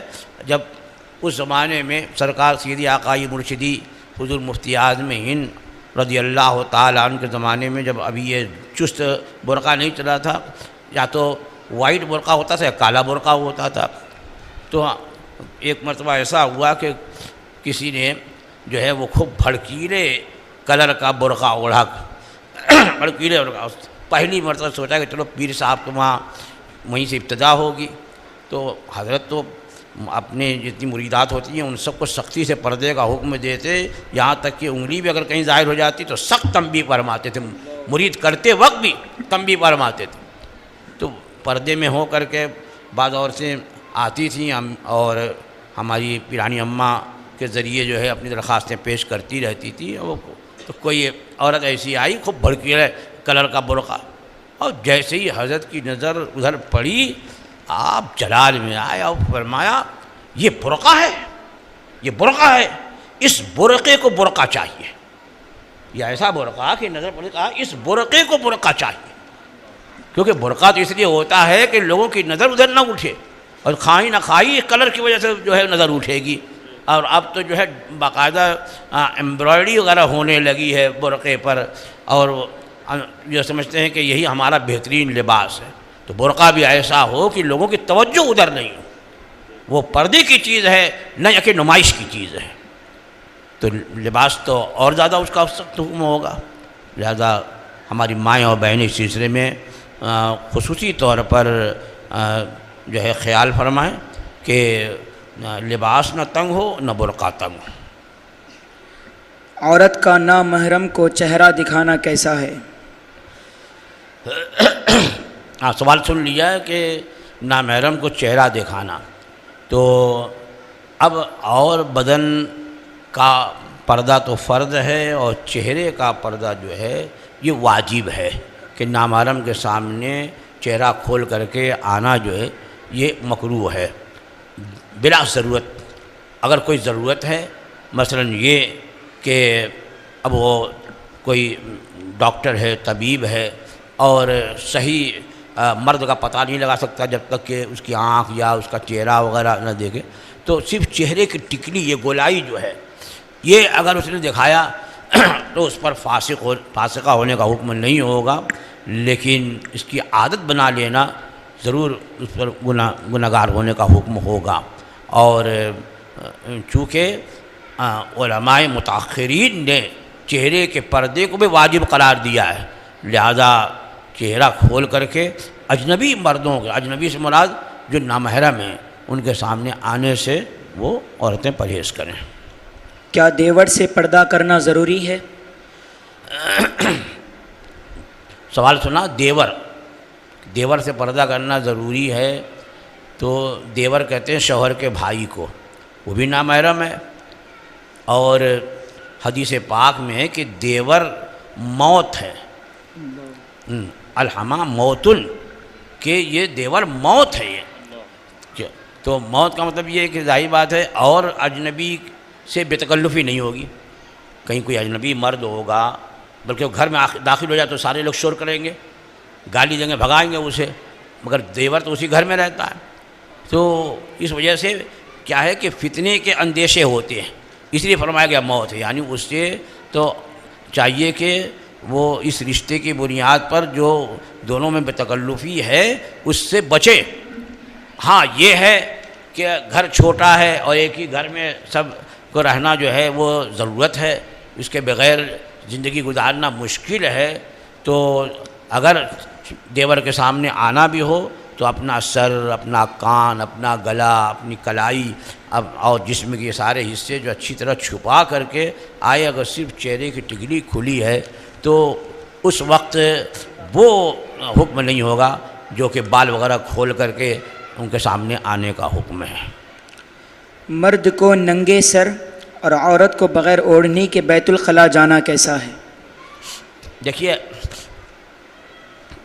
آداب خلا سے یہ ہے، یعنی بیت الخلاء میں جانے کے آداب سے یہ ہے کہ سر ڈھانک کر کے جائے۔ بہت سے لوگوں نے دیکھا کہ ٹوپی پہنے رہتے ہیں، جب استنجے کے جاتے تو اتار کر کے دیکھ کے سمجھتے ہیں کہ ٹوپی جو ہے صرف نماز کے وقت پہنتے ہیں، وہاں جائیں گے کیوں پہنے، اسے اتار کے جاتے ہیں۔ حالانکہ ننگے سر بیت الخلاء میں جانا یہ آداب خلا کے خلاف ہے، لہذا مرد بھی ٹوپی اوڑھ کر کے بیت الخلاء وغیرہ میں جائیں اور خواتین بھی جو ہیں وہ دوپٹہ اوڑھ کر کے بیت الخلاء میں جائیں۔ عورت کا نامحرم کی میت میں جانا کیسا ہے؟ نامحرم مرنے کے بعد زندگی میں جس کو دیکھ سکتے ہیں تو مرنے کے بعد بھی اس کو دیکھ سکتے ہیں، اور زندگی میں جسے نہیں دیکھ سکتے مرنے کے بعد بھی اسے نہ دیکھیں۔ تو اب میت میں جانا دیکھنے کے لیے تو یہ تو درست نہیں ہوگا۔ ہاں تعزیت کے لیے گئی، جیسے اب تعلقات ہیں، رشتہ داری ہے اور گئے کہ بھئی وہ بیوہ ہو گئی یا اس کی ماں ہے وہ غم سے نڈھال ہے، اس کی بیٹیاں ہیں وہ غم سے نڈھال ہیں، ان کو تسلی دینے کے لیے، تعزیت کے لیے اگر گئے تب تو اس میں حرج نہیں ہے، اور خاص اس میت کو دیکھنے کے لیے جائے اور وہ نامحرم ہے تو اس کی اجازت نہیں ہوگی۔ اگر بد مذہب بد عقیدہ سے شادی ہو گئی اور شادی کے بعد معلوم ہوا کہ وہ بد مذہب ہے تو اس کے لیے کیا حکم ہے؟ سوال آپ نے سن لیا کہ کسی کی شادی کسی سے ہوئی اور شادی کے بعد یہ علم ہوا کہ شوہر جو ہے وہ بد عقیدہ ہے، بد مذہب ہے، تو اب اس میں دو صورتیں، اگر وقت نکاح وہ بد عقیدہ تھا اور اس کی بد عقیدگی حد کفر کو پہنچی ہوئی ہے، یعنی وہ واقعی مرتد کا حکم ہے، تب تو سرے سے نکاح ہی نہیں ہوا۔ جس وقت نکاح ہوا اسی وقت وہ بد عقیدہ تھا، ایسا بد عقیدہ کہ اس کی بد عقیدگی حد کفر کو پہنچی ہوئی ہے، تب تو سرے سے وہ نکاح ہی نہیں ہوا۔ وہ عورت جو ہے اس کے لیے طلاق کی بھی ضرورت نہیں ہے۔ جیسے یہ علم ہوا کہ یہ نکاح کے وقت بد عقیدہ تھا اور ایسا بد عقیدہ ہے کہ اس کا حکم مرتد کا ہے، تو ویسے ہی وہ جدا ہو جائے۔ اور اگر شادی کے وقت جو ہے وہ بد عقیدہ نہیں تھا، بعد میں بد عقیدہ ہو گیا ہے، تب تو نکاح ہو گیا تھا، اب اگر اس کی بد عقیدگی حد کفر کو پہنچ گئی یعنی مرتد کا حکم ہے تو نکاح سے نکل گئی، کیونکہ شوہر اگر اس سے کفر صادر ہو، کفر قطعی کہ جس کی وجہ سے اس پر مرتد کا حکم ہے، تو بیوی جو ہے وہ نکاح سے نکل جاتی ہے، طلاق وغیرہ کی ضرورت نہیں، نکاح سے نکل گئی، اب یہ عدت گزار کر کے کہیں بھی نکاح کر سکتی ہے۔ اور اگر بد عقیدگی اس کی حد کفر کو نہیں پہنچی، بد مذہب ہے لیکن حد کفر تک اس کی بد مذہبی نہیں پہنچی ہے، تو اس صورت میں جب اس کو معلوم ہوا کہ یہ بد مذہب ہے تو اس سے طلاق لے کر کے علیحدگی اختیار کرے، اس کے ساتھ زندگی نہ گزارے۔ مجلس میں سے کسی نے سوال کیا ہے، عورت کا اپنے شوہر کو داڑھی کاٹنے پر مجبور کرنا کیسا ہے؟ ہاں آپ نے سوال سن لیا، خواتین کی طرف سے آیا ہے شاید، اور مرد کے لیے کیا حکم ہے؟ مجلس میں سے آیا۔ مرد میں سے آیا؟ جی ہاں، مرد میں سے۔ ہاں کہ عورت جو ہے اپنے شوہر کو مجبور کرے کہ داڑھی کھلاؤ یا کترواؤ جو بھی ہے، تو ایک تو یہی سمجھ میں نہیں آتا کہ وہ کیسا مرد ہے کہ عورت اس کو مجبور کر رہی ہے۔ اب تک تو یہ سنا گیا ہے کہ بھئی عورت مجبور تھی، شوہر نے اس پر ظلم کیا، زیادتی کی، تو اس نے یہ کر ڈالا وہ کر ڈالا، لیکن یہاں یہ الٹا معاملہ ہے کہ وہ زیادتی کر رہی ہے کہ داڑھی جو ہے مڑا دو. اور یاد رکھے یہ تو بیوی ہے، اگر ماں بھی بولے، وہ ماں جس کے بارے میں کہا جاتا ہے کہ اس کے قدموں تلے جنت ہے، لیکن ماں بھی اگر بولے کہ داڑھی مڑا دے تب بھی اس کو داڑھی نہیں مڑانا ہے، اس لیے کہ رسول اکرم سید عالم صلی اللہ تعالیٰ علیہ وسلم فرماتے ہیں لا طاعت لأحد فی معصیت اللہ، اللہ کی نافرمانی میں، گناہ کے کام میں کسی کی اطاعت نہیں ہے. تو ماں باپ بھی اگر کسی بیٹے کو بولے کہ داڑھی مڑا لے تب بھی وہ نہیں مڑائے گا تو گنہگار بھی ہوگا، وہ بولنے والے تو گنہگار ہے ہی ہیں. تو اب یہ کیسا شوہر ہے کہ بیوی کے بارے میں پوچھ رہا ہے؟ بہرحال وہ اگر مڑائے گا تو وہ گنہگار ہوگا، فاسق ہوگا. اور جس عورت نے کہا ہے معاذ اللہ وہ بھی توبہ کرے، تجدید ایمان کرے، اگر اس نے داڑھی کی توہین کی ہے تو وہ بھی جو ہے وہ توبہ بھی کرے اور تجدید ایمان بھی کرے. محرم الحرام اور سفر المظفر کے مہینے میں شادی بیاہ کرنا کیسا ہے؟ ہاں، سوال سنا کہ یہ 2 مہینے محرم اور سفر. محرم میں لوگ سمجھتے ہیں کہ غم کا مہینہ ہے، لہٰذا شادی خوشی کی چیز ہے، تو اگر کوئی محرم شادی کرتا ہے تو لوگ طعن و تشنیع کرتے ہیں. یہ دیکھو کہ یہ کربلا والوں پر اتنا ظلم و ستم ڈھایا گیا اور یہاں شادی رچائے ہوئے ہیں. لگ رہا ہے کہ ابھی کل ہی واقعہ ہوا ہے کہ آج جو ہے وہ 3 دن کا جو سوگ ہے سوگ کریں گے. ارے بھائی سوگ جو ہوتا ہے 3 ہی دن کا ہوتا ہے نا، کہ 300 سال کا ہوگا. تو ہم سوگ نہیں مناتے، ہم سید الشہداء کا جشن مناتے ہیں. ہاں، تو محرم الحرام کا مہینہ ہو کہ سفر المظفر کا مہینہ ہو، کسی بھی مہینے میں، رمضان کے بھی مہینے میں نکاح شادی منع نہیں ہے شرعاً. نہ کسی مہینے میں نہ کسی دن میں نکاح کرنا، نکاح منعقد ہونا یہ شرعاً ممنوع نہیں ہے. اب محرم میں تو یہ رواج ہے جیسے شیعوں کا ہے کہ ان کے وہاں جو ہے شادی ہونا جو ہے بہت بڑا جرم ہے، تو انہی کو کے دیکھا دیکھی بہت سارے لوگ بھی سمجھتے ہیں کہ امام حسین کی ہی محبت ہے. اور امام حسین کی محبت یہ ہے کہ امام حسین نے شریعت مطہرہ کے احکام کی حفاظت کے لیے میدان کربلا میں جام شہادت نوش فرمایا. تو شریعت پر عمل کر کے دکھاؤ نا، یہ کیا الٹی سیدھی حرکتیں کر کے امام حسین کی محبت جتاتے ہو. اور سفر کے معاملے میں تو سفر کے معاملے میں عام طور پر لوگوں کا ذہن یہ ہے کہ سفر کا مہینہ جو ہے منحوس ہے معاذ اللہ. اس مہینے میں کوئی اچھا خوشی کا کام نہیں کرنا چاہیے، کوئی نیا کام نہیں کرنا چاہیے، ورنہ وہ پھلے گا نہیں، وہ صحیح نہیں ہوگا اور نحوست طاری ہوگی. یہ سب جو ہے وہ ایام جاہلیت کے طریقے کہ رسول اکرم سید عالم صلی اللہ تعالیٰ علیہ وسلم کو تشریف آوری سے پہلے بھی ماہ سفر کو لوگ منحوس جانتے تھے.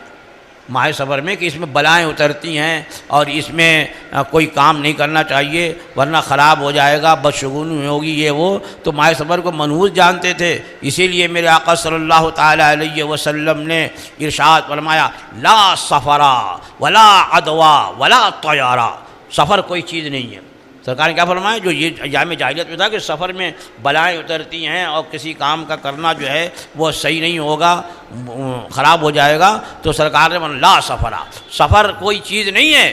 تو یہ پہلے زمانے میں سفر کو منحوس سمجھتے تھے، لیکن اسلام نے حکم دیا کہ سفر کوئی چیز نہیں، یعنی کوئی نحوست نہیں ہے. اسی لیے ہم جو ہیں سفر کے ساتھ کیا لگاتے ہیں؟ سفر المظفر، یعنی سفر جو ہے یہ ظفر کا مہینہ ہے، یہ خیر و برکت اور فتح یابی کا مہینہ ہے. یہ تو کسی مہینے میں بھی یہ جو عام طور پر ہے کہ اس مہینے میں شادی نہ کرو، اس مہینے میں شادی نہ کرو، اس تاریخ میں مت کرو، یہ قمر ذرا قرب ہے اور یہ 3 13 23 ہے یا 8 18 28 ہے، یہ کچھ نہیں ہے اسلام میں. یہ سب خلاف شرع اور سب نجومیوں کے ڈھکوسلے ہیں. ورنہ اسلام تو یہ کہتا ہے کہ سارے دن ساری راتیں سب اللہ کی بنائی ہوئی ہیں. ہاں، آدمی اپنی نیتوں سے نحوست پیدا کرتا ہے، نہ یہ کہ وہ دن منحوس ہوا کرتا ہے. یہاں تک کہ ایام شوال کے بارے میں بھی لوگ یہ کہتے تھے شوال میں شادی مت کرو، کامیاب نہیں ہوتی ہے. حضرت عائشہ صدیقہ رضی اللہ تعالی عنہا کو علم ہوا تو آپ نے ارشاد فرمایا کہ میرا نکاح اور میری رخصتی شوال میں ہوئی ہے، اور میرے نکاح سے مبارک کس کا نکاح ہوگا؟ ہاں، حضرت عائشہ صدیقہ نے اس کی تردید فرمائی ہے. اس لیے کسی مہینے اور کسی دن میں جو ہے وہ نکاح کرنا، شادی بیاہ کرنا جو ہے شرعاً ممنوع نہیں ہے. کسی کا انتقال ہو جائے اور اس کے ذمہ قرض باقی ہے تو اس کے متعلق شریعت کا کیا حکم ہے؟ آپ نے سوال سن لیا، بہت اچھا سوال ہے یہ، اس کو غور سے سنو کہ اگر کسی کے ذمے قرض ہے اور وہ انتقال کر جائے تو اس کا کیا حکم ہے۔ وہ مرنے والا قرض میں ماخوذ رہتا ہے، اور اتنا سخت حکم ہے کہ حدیث پاک میں نسائی شریف کی ہے کہ رسول اکرم سید عالم صلی اللہ تعالیٰ علیہ وسلم کی خدمت میں ایک جنازہ لایا گیا۔ غور سے سنیے گا، اس حدیث پاک کو دوسروں تک پہنچاؤ۔ جنازہ لایا گیا، سرور کائنات صلی اللہ تعالیٰ علیہ وسلم نے دریافت فرمایا کہ اس مرنے والے پر کوئی دین ہے، دین یعنی قرض وغیرہ جو ادا کیا جانا تھا، کوئی دین ہے؟ تو صحابہ نے کہا کہ عرض کیا نہیں حضور، اس پر دین نہیں ہے۔ حضور نے اس کی نماز جنازہ ادا فرمائی۔ اس کے بعد پھر ایک جنازہ لایا گیا، سرکار نے پھر اس کے بارے میں پوچھا کہ اس پر کوئی دین ہے؟ لوگوں نے عرض کی کہ ہاں حضور دین ہے۔ فرمایا اس نے کچھ مال چھوڑا ہے اتنا کہ اس کا دین ادا کیا جا سکے؟ سرکار تو لوگوں نے عرض کیا ہاں حضور مال اتنا چھوڑا ہے کہ اس کا دین ادا کیا جا سکے۔ حضور نے اس کی نماز جنازہ بھی ادا فرمائی۔ پھر ایک مرتبہ ایک جنازہ لایا گیا، سرکار نے دریافت فرمایا اس پر کچھ دین ہے؟ لوگوں نے کہا ہاں دین ہے۔ تو فرمایا کہ اس نے کچھ مال چھوڑا ہے؟ تو لوگوں نے عرض کیا نہیں، مال نہیں چھوڑا ہے کہ اس سے دین ادا کیا جائے۔ تب سرکار نے کیا فرمایا؟ حضور نے فرمایا آپ لوگ اس کی نماز جنازہ پڑھ لو، میں نہیں پڑھوں۔ کتنا سخت حکم کہ وہ محروم ہو جائے حضور کی نماز جنازہ پڑھانے سے، فرمایا آپ لوگ پڑھ لو۔ تب حضرت عبد الرحمن ابن عوف رضی اللہ تعالیٰ عنہ نے عرض کیا حضور اس کے دین کا میں ذمہ لیتا ہوں، میں اس کا دین ادا کر دوں گا۔ تب میرے آقا نے اس کی نماز جنازہ پڑھی۔ تو دین اتنا سخت حکم ہے، قرض وغیرہ۔ اور آج کا حال یہ ہے کہ جیسے ہی مرنے والا مرا تو اب کون پوچھتا ہے کہ کس کا قرض اس کے ذمے تھا، فوراً بٹوارا کرو، اور بلکہ جس کے ہاتھ جو لگا سب دبا کے بیٹھو، جو اصل حقدار انہیں مت دو۔ یاد رکھو یہ دین جو ہے وہ میراث کی تقسیم پر مقدم ہے، وصیت پر بھی مقدم ہے۔ تجدید و تکفین کے بعد میت کے مال سے سب سے زیادہ جو حق متعلق ہے، پہلا حق تجدید و تکفین کے بعد وہ ہے دین کی ادائیگی۔ یہاں تک کہ اگر اس قرض کی ادائیگی میں اس کا پورا مال چلا جائے تو پورا مال جو ہے دے کر کے اس کا قرض پورا کیا جائے، ورنہ وہ ماخوذ ہے قبر میں، اس دین سے یہ وہ ماخوذ ہے، وہ عذاب میں مبتلا ہوگا جب تک کہ اس کا دین ادا نہ کیا جائے۔ یہ کیسے بیٹے یا کیسی بیٹیاں یا کیسے رشتہ دار ہیں کہ اپنے رشتہ دار اور اپنے ماں باپ کے عذاب کی فکر نہیں ہے، اپنے پیٹ کی فکر پڑی رہتی ہے۔ تو دین بہت سخت حکم رکھتا ہے، لہذا سب سے پہلے میت کے ترکے کی تقسیم سے بھی پہلے اس کا قرض وغیرہ ادا کیا جائے، اور جب قرض وغیرہ ادا کر لیا جائے، وصیت تہائی مال سے دے دی جائے، اس کے بعد جو بچے گا وہ وارثوں میں تقسیم ہوگا۔ اس کے بعد جو بچے گا وہ وارثوں میں تقسیم کیا جائے گا، اس سے پہلے وارثوں میں تقسیم نہیں ہوگا، یہ بات یاد رہے۔ اور وارثوں میں جو ہے وہ تقسیم اسی اعتبار سے ہوگا جس اعتبار سے اللہ اور اللہ کے رسول نے حکم فرمایا ہے، حکم شرع کے مطابق ہی تقسیم ہوگا، اس کے خلاف تقسیم نہیں ہوگا۔ بغرض علاج بارگاہوں میں حاضری دینا کیسا ہے؟ وہاں پر بارگاہوں میں اچھا ہاں سوال کیا گیا ہے کہ بغرض علاج جو ہے وہ درگاہوں پر حاضری دینا کیسا ہے، تو پھر وہی سوال آتا ہے کہ وہ جو وہاں حاضری آتی ہے وہ کیا ہے۔ میں تو یہ سمجھتا ہوں کہ اس میں سے اکثر جو ہے وہ نقالی ہوتی ہے۔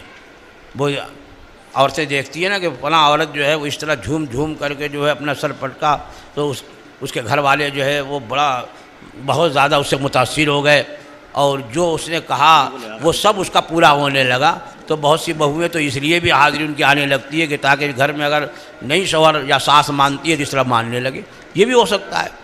لہذا جو شریعت نے حکم دیا ہے گھر میں رہنے کا، اسی پر عمل کیا جائے گا، اور گھر میں رہ کر کے وہ شرعی طریقے پر دین کے دائرے میں رہ کر کے جو علاج ہو سکتا ہے، جو قرآن مجید اور احادیث کریمہ کی روشنی میں بھائی ہر چیز کا علاج ہے، وہاں جانے ہی سے دور ہوگا، بلکہ قرآن مجید کی بعض صورتیں ہیں، بعض آیتیں ہیں، احادیث کریمہ میں بعض دعائیں ہیں، پھر ہمارے بزرگان دین نے بہت سے اعمال ایسے بتائے کہ وہ گھر میں رہ کر پردے کی حالت میں رہ کر کے عورتوں سے اگر واقعی ان پر آسیب ہے یا واقعی ان پر کسی طرح کا سحر ہے یا کسی طرح کی بیماری ہے، تو وہ ان طریقے علاج سے جو شرعی طریقے پر علاج کیا جاتا ہے ان سے دور ہوتی ہے۔ لہذا وہاں جانے سے خاص طور سے عورتوں کو جو ہے وہ روکا جائے گا۔ شوہر کے ذمہ بیوی کو مہر دینا ضروری ہے اور نہیں دیا اور دنیا سے رخصت ہو گیا تو اس کے متعلق شریعت کا کیا حکم ہے؟ سوال یہ ہے جو مہر دین یعنی جو مہر مقرر ہوتا ہے شادی نکاح کے وقت تو وہ شوہر پر دین ہے یعنی وہ قرض ہے، اس کو ادا کرے، لیکن چونکہ آج کل عام طور پر مہر جو مقرر ہوتا ہے وہ مہر مطلق ہوتا ہے یا مہر معجل یعنی قرض ہوتا ہے، تو یہ شوہر کے انتقال ہوتے ہی اب واجب علی الفور ادا علی الفور ہو گیا، واجب اس کا ادا علی الفور فوراً ادا کرنا یہ واجب ہوا، یا طلاق ہوئی تو اب فوراً ادا کرنا اس دین مہر کا یہ واجب ہو گیا۔ تو یہ پوچھا گیا ہے کہ شوہر اگر انتقال ہو جائے تو پھر اگر مہر دین ہے یعنی اس نے مہر دیا نہیں ہے تو اب دیا جائے گا کہ نہیں دیا جائے گا، تو یہ بھی دین ہے، لہذا اس کے میراث سے جو مال چھوڑ گیا ہے تو اور دین بھی ادا کیے جائیں گے، تو اسی طرح سے بیوی کا مہر بھی ادا کیا جائے گا، اور بیوی کا مہر بھی دین ہے، لہذا اس کے میراث سے دین ادا کیا جائے، بقیہ اور دوسرے قرض وغیرہ وہ پہلے ادا کیا جائے، اس کے بعد پھر میراث تقسیم ہوگی تو بیوی کو جو حصہ ملنا ہے قرآن مجید میں کہ اگر اولاد ہے تو 8واں حصہ اور اولاد نہیں ہے شوہر کی تو اس کو 4تھائی حصہ ملے گا، 1/4 ملے گا، اس کے مطابق میراث ملے گی، لیکن پہلے اس کا دین مہر پورا کا پورا اسے دیا جائے گا۔ حضرت آخری سوال ہے، روزے کی حالت میں انجیکشن لینا کیسا ہے؟ سوال سن لیا ہے کہ روزہ رکھے ہوئے تو انجیکشن لینے سے کیا روزہ ٹوٹتا ہے کہ نہیں ٹوٹتا ہے، یہ سوال کیا ہے، تو اچھا سوال ہے، آپ اسے یاد رکھیں کہ یہ جو انجیکشن لیا جاتا ہے اس سے روزہ نہیں ٹوٹتا، یہی علماء کرام کی تحقیق ہے کہ انجیکشن لگانے سے خصوصاً ہمارے فقہ حنفی مذہب کے مطابق جو ہے وہ انجیکشن سے روزہ نہیں ٹوٹتا، چاہے وہ نس میں لے چاہے وہ گوشت میں لے، کیونکہ یہ ہمارے وہاں جو ہے یہ معدہ اور یہ یعنی جوف معدہ اور جوف دماغ، یہاں کوئی چیز اگر پہنچتی ہے منفذ سے تب روزہ ٹوٹتا ہے۔ منفذ مطلب راستہ، جیسے یہ ناک جو ہے یہ دماغ تک پہنچنے کا راستہ ہے، منہ جو ہے معدے تک پہنچنے کا راستہ ہے، ایسی مقعد یعنی پخانے کا مقام یہ معدے تک پہنچنے کا کسی چیز کے پہنچنے کا راستہ ہے، اگر ان راستوں سے معدے تک یا دماغ تک کوئی چیز پہنچی تو روزہ ٹوٹے گا، اور اس کے بجائے اور کسی سے یعنی جیسے کان میں تیل ڈالا یہ بھی منفذ ہے تو روزہ ٹوٹے گا، لیکن آنکھ میں دوا ڈالی تو آنکھ منفذ نہیں ہے، آنکھ جو ہے یہ منفذ نہیں ہے، لہذا آنکھ میں دوا ڈالی یا روزے کی حالت میں سرما لگایا تو اس سے روزہ نہیں ٹوٹے گا۔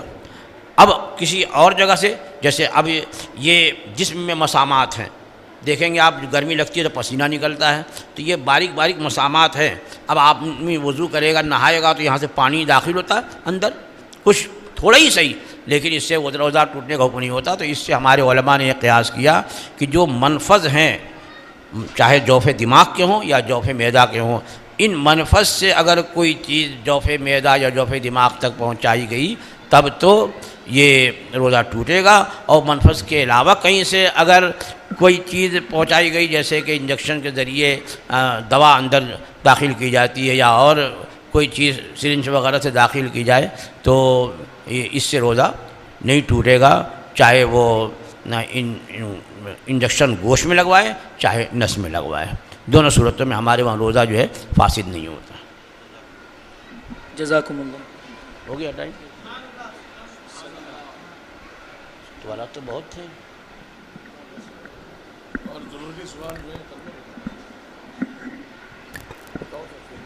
کیا عورت بغیر محرم کے حج و عمرہ کے لیے جا سکتی ہیں؟ ہاں، سوال آپ نے سماعت فرما لیا کہ حج یا عمرے کے لیے عورت جو ہے بغیر محرم کے سفر کر سکتی ہے، اور یہ سوال آج کل اور زیادہ اس لیے اہم ہو گیا ہے کہ کچھ لوگوں نے یہ راستہ نکال دیا کہ اگر چند عورتیں ساتھ میں ہوں یا عورت بغیر محرم کے جانا چاہے تو اب سعودی گورنمنٹ نے بھی جائز، جب تک تو چونکہ سعودی گورنمنٹ کی طرف سے اس معاملے میں سختی تھی تو محرم نہیں ہوتا تھا تو محرم بنایا جاتا تھا، اب وہ سمجھ میں آتا محرم کیسے بنایا جاتا ہے، ارے وہ شوہر تو بنایا جا سکتا ہے لیکن محرم کیسے بنایا جائے گا، محرم تو شرعی طور پر رشتے سے ہوگا، چاہے بیٹا ہو یا بھائی ہو یا ماموں ہو یا چچا ہو یا باپ ہو تو محرم ہوگا نا۔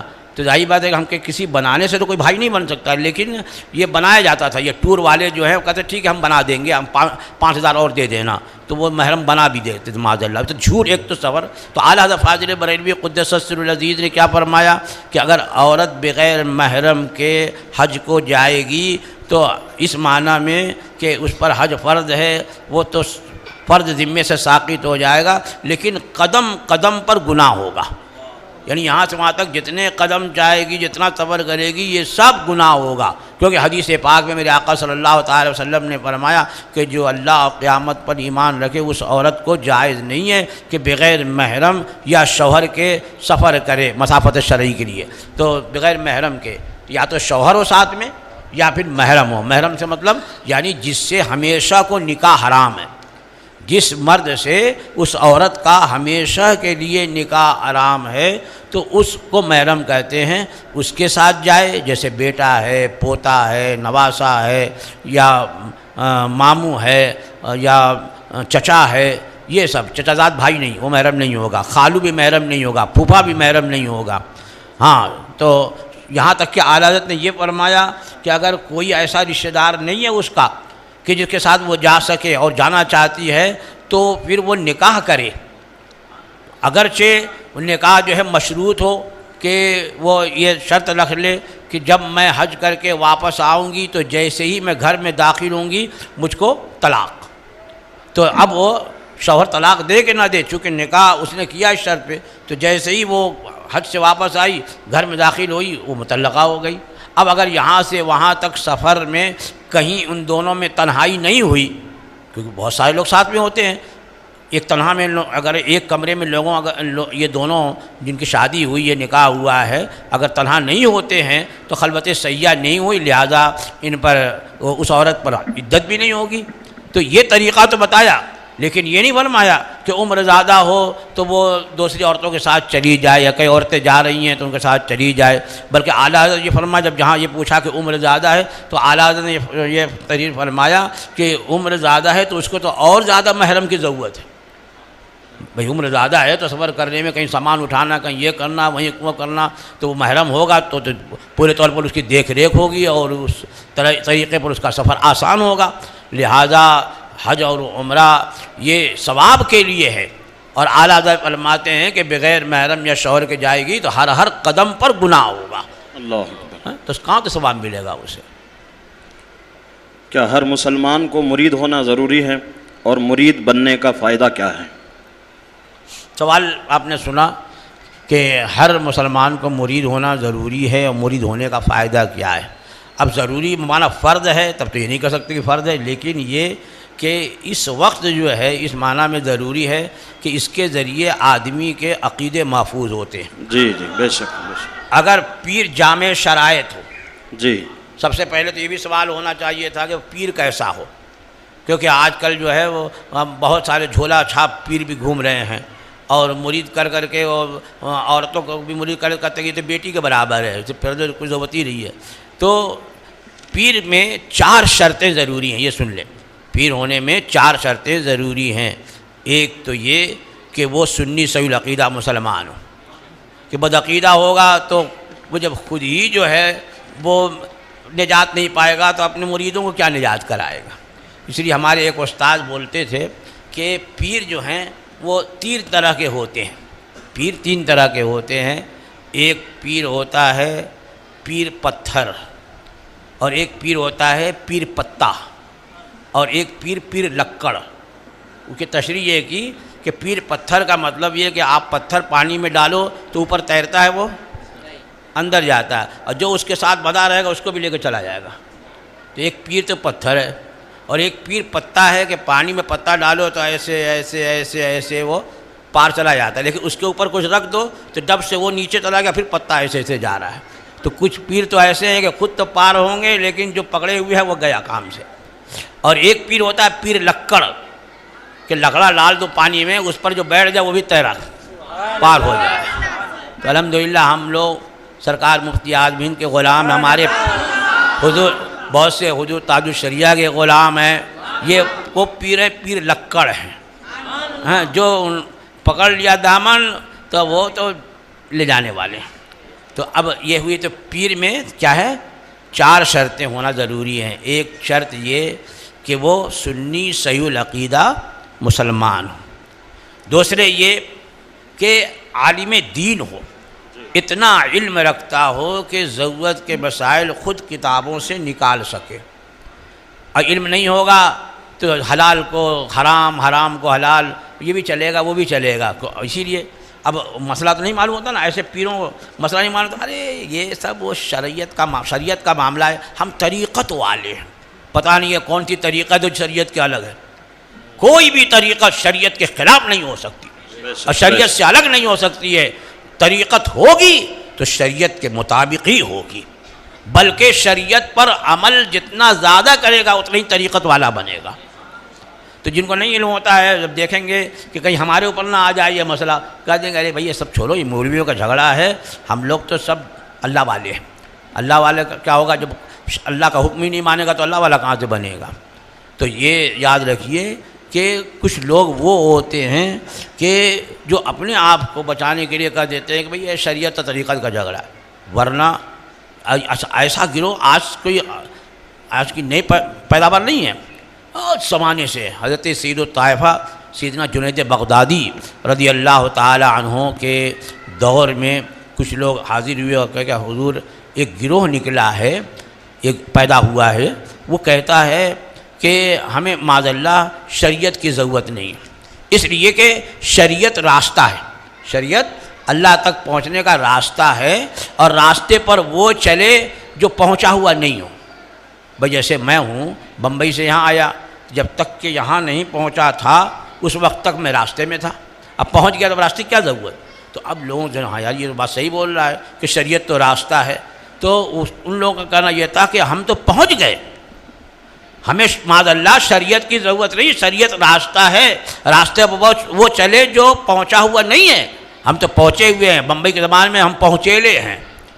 تو حضرت سید الطائفہ سیدنا جنید بغدادی رضی اللہ تعالی عنہ، جو سرکار غوث پاک رضی اللہ تعالی عنہ کے بھی مشائخ کرام میں ہوتے ہیں، وہ حضرت جنید بغدادی نے جب یہ سنا کیا فرمایا؟ آپ نے فرمایا قد وصلوا، بے شک وہ لوگ پہنچ گئے، جو لوگ کہتے ہیں نا ہم پہنچیلے ہیں، شریعت کی ضرورت نہیں، تو فرمایا قد وصلوا لیکن لا الی اللہ بل الی النار، بے شک وہ پہنچے لیکن خدا تک نہیں پہنچے، جہنم میں پہنچ گئے۔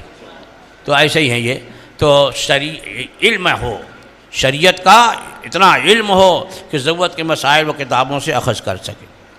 تیسری شرط یہ کہ اس کا سلسلہ وہاں سے لے کر سرور کائنات صلی اللہ تعالیٰ علیہ وسلم تک متصل ہو، کہیں سے کٹا پٹا نہیں، یہ نہیں ہے کہ یہ پیر صاحب کو خلافت نہیں یا ان کے پیر صاحب کو خلافت نہیں تو کٹ گیا، جب کٹے گا تو اثر کہاں سے آئے گا؟ تو متصل ہو، ملا ہوا ہو۔ اور چوتھی شرط یہ کہ فاسق مولین نہیں ہے، کوئی حد شرط سے داڑھی کم رکھ رہا ہے تب بھی پیر صاحب ہے، بابا ہیں یہ، تو فاسق مولین نہ ہو۔ 4 شرطیں ہیں تب وہ پیر ہے، اور جب اس کا دامن کوئی تھام لے تو اب اگر اس پیر میں کچھ نہیں ہے تو اس کے پیر میں تو ہوگا۔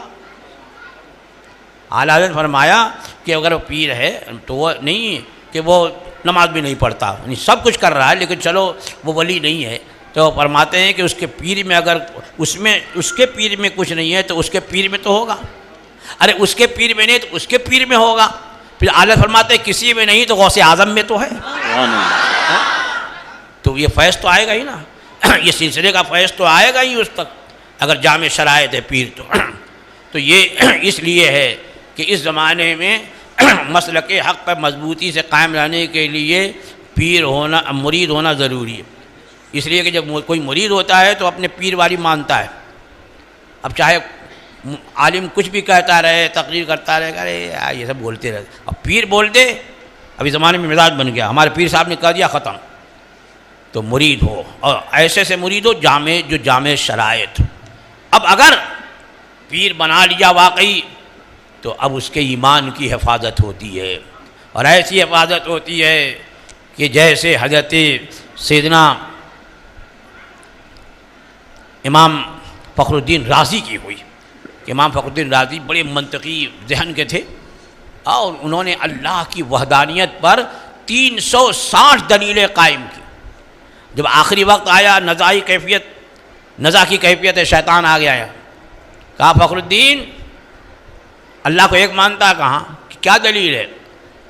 دی دلیل, 360 دلیلیں تھیں نا, ایک دلیل دی توڑ دیا. شیطان ہے وہ, شیطان ابلیس, ایک توڑ دیا, دوسری توڑی, تیسری توڑی, 360 دلیلیں اللہ کی وحدانیت پر جو انہوں نے زندگی میں قائم کی سب کو توڑ دیا. اب بالکل آخری وقت, اب کوئی دلیل نہیں. حضرت ان کے پیر و مرشد حضرت نجم الدین کبریٰ علیہ رحمت و رضوان وہ وضو فرما رہے تھے, دیکھ رہے ہیں کہ میرا مرید اس وقت سخت مصیبت کے عالم میں ایمان جانے والا ہے, وہیں سے آپ وضو فرما رہے ہیں. آپ نے وضو کا پانی اس جانب پھینکا اور کہا فخر الدین یہ کیوں نہیں کہہ دیتا میں خدا کو بلا دلیل ایک مانتا ہوں.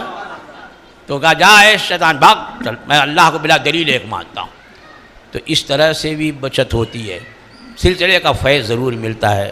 ہاں یہ ہے کہ شیخ جو ہے وہ صحیح ہو, جامع شرائط ہو, تو ضرور آپ کو مرید ہونے کا فیض ملے گا. جزاکم اللہ خیرہ. حضرت آخری 2 سوال ہیں, وقت کی قلت دامنگیر ہیں, سوالات تو ویسے بہت ہیں مگر آپ کی بارگاہ میں معرضت چاہتے ہوئے 2 سوال عرض کروں. پہلا سوال یہ ہے کہ عورتوں کا باجماعت تراویح کی نماز ادا کرنا کیسا ہے؟ کیا جی؟ عورتوں کا باجماعت نماز تراویح ادا کرنا اور اس کے لیے مسجد میں جانا کیسا ہے؟ ہاں دیکھیے, یہ اس سوال کا آدھا جواب تو پہلے میں نے دے دیا تھا جب عورتوں کے مزارات پہ حاضری کا سوال ہوا تھا کہ بھئی عورتوں کو مسجد سے آج سے نہیں بلکہ حضرت سیدنا فاروق اعظم عمر ابن خطاب رضی اللہ تعالی عنہ کے زمانے میں روکا, اور اس وقت اکثر صحابہ باحیات تھے, ان میں سے کسی نے انکار نہیں کیا, لہذا اس مسئلے پر اجماع ہو گیا صحابہ, کسی نے منع نہیں کیا. بلکہ صحابیات اس دور میں ہیں, انہوں نے بھی نہیں کہا کہ فاروق اعظم رضی اللہ تعالیٰ عنہ نے کیوں روکا ہمیں, کیونکہ اس فتنے کا دور شروع ہو گیا تھا. لیکن بہرحال اس زمانے کی خواتین آج کی عورتوں سے لاکھ درجے باعصمت, پردے والی اور خوف خدابندی دلوں میں رکھنے والی, خشیت الہی رکھنے والی, حب رسول رکھنے والی تھیں آج سے بہت زیادہ. تو جب وہاں روکا گیا تو یہاں بھی تو ایک تو یہ کہ مسجد میں آ کر کے جماعت سے نماز پڑھنا اس سے روکا گیا اسی زمانے سے آج تک. اور یہی ہمارے علماء بھی فرماتے ہیں کہ عورتوں کی حاضری مسجد میں جو ہے وہ مکروہ ہے, یعنی ناجائز ہے. اور گھروں میں کرنا تو گھر میں ظاہر بات ہے کہ یا عورت امام ہوگی یا کوئی نامحرم امام ہوگا. جی, تو اب نامحرم امام ہے تب بھی اس کو امام بنانا جائز نہیں ہوا وہاں پر. اور عورت امام ہے تو عورت کی امامت بھی مکروہ ہے, کیونکہ حکم یہ ہے کہ جو عورت امامت کرے تو آگے نہیں کھڑی ہو بلکہ صف کے اندر کھڑی ہوگی. وہ امام جو ہوگی عورت وہ آگے نہیں ہوگی جیسے یہاں مردوں میں امام آگے مصلی ہوتا ہے, بلکہ صف کے اندر ہوگی. اور امام کا صف کے اندر ہونا یہ نماز کے لیے مکروہ تحریمی ہے. اس لیے عورت کے لیے یہ ہے کہ وہ تنہا پڑھے, جماعت سے نماز نہ پڑھے. اب چاہے وہ فرض نماز ہو کہ تراویح کی نماز ہو. اور کہیں سننے میں آیا ہے کہ اتنی فرض الگ الگ پڑھتے ہیں اور تراویح با جماعت پڑھتے ہیں. یا اللہ, جو فرض جس کی جماعت جو ہے وہ قریب و واجب ہے وہ اس کے چھوڑنے پر تو سب راضی ہیں, اور جس کی جماعت جو ہے مردوں کے لیے بھی سنت کفایہ ہے اس کو کرنے پر جو ہے وہ سب اڑے ہوئے ہیں. تو نہیں, تراویح جماعت, تراویح کی نماز عورتوں پر بھی سنت موقدہ ہے. جس طرح مردوں پر سنت موقدہ ہے اسی طرح سے عورتوں کے لیے بھی سنت موقدہ ہے, لیکن وہ تنہا پڑھیں گی, جماعت کے ساتھ وہ تراویح کی نماز بھی نہیں پڑھیں گی.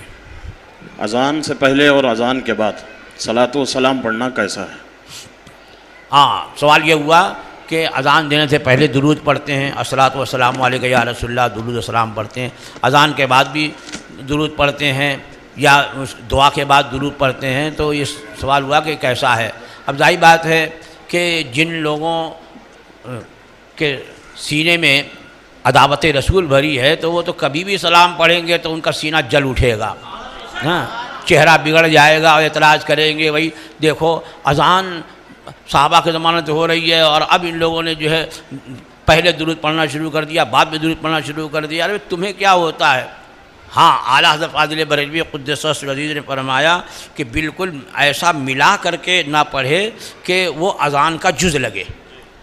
بھی اذان کے جز جو ہیں بالکل الفاظ مقرر ہیں، سبھی جانتے ہیں کہ اللہ اکبر سے شروع ہے اور اللہ لا الہ الا پہ ختم ہے، تو اس سے متصل اسی انداز سے نہ پڑھے بلکہ ایسا کرے کہ دونوں میں فرق ہو. تو اب ظاہر بات ہے کہیں بھی پڑھتے ہیں تو پہلے کچھ الگ انداز سے درود پڑھا جاتا ہے، مثلا آہستہ پڑھ کے کہ اللہم صلی علی سیدنا یا صلی اللہ علیہ نبی الامی یہ پڑھتے ہیں. اب سب سمجھ لیتے ہیں کہ یہ اذان نہیں ہے، ایک جاہل بھی سمجھتا ہے کہ یہ اذان نہیں ہے. اب اس کے بعد پھر اب وہ تیز سے اللہ اکبر کہتا ہے، تو فرق ہوا کہ نہیں ہوا؟ پھر اذان ختم ہونے کے بعد پھر جو درود و سلام پڑھتا ہے وہاں بھی فرق معلوم ہوا.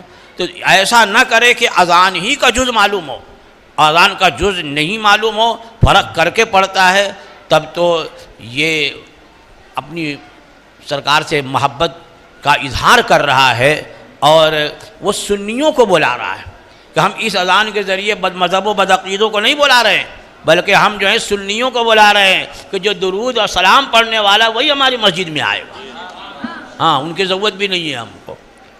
تو بہرحال اس میں کوئی حرج نہیں ہے، اور قرآن مجید نے تو حکم دیا ہے یا ایھا الذین آمنوا صلوا علیہ وسلموا تسلیما، اے ایمان والو تم اس نبی پر درود بھیجو اور خوب سلام بھیجو. اب اس کی جگہ کی کوئی تخصیص نہیں ہے، جہاں منع نہیں ہے وہاں ہم درود پڑھیں گے.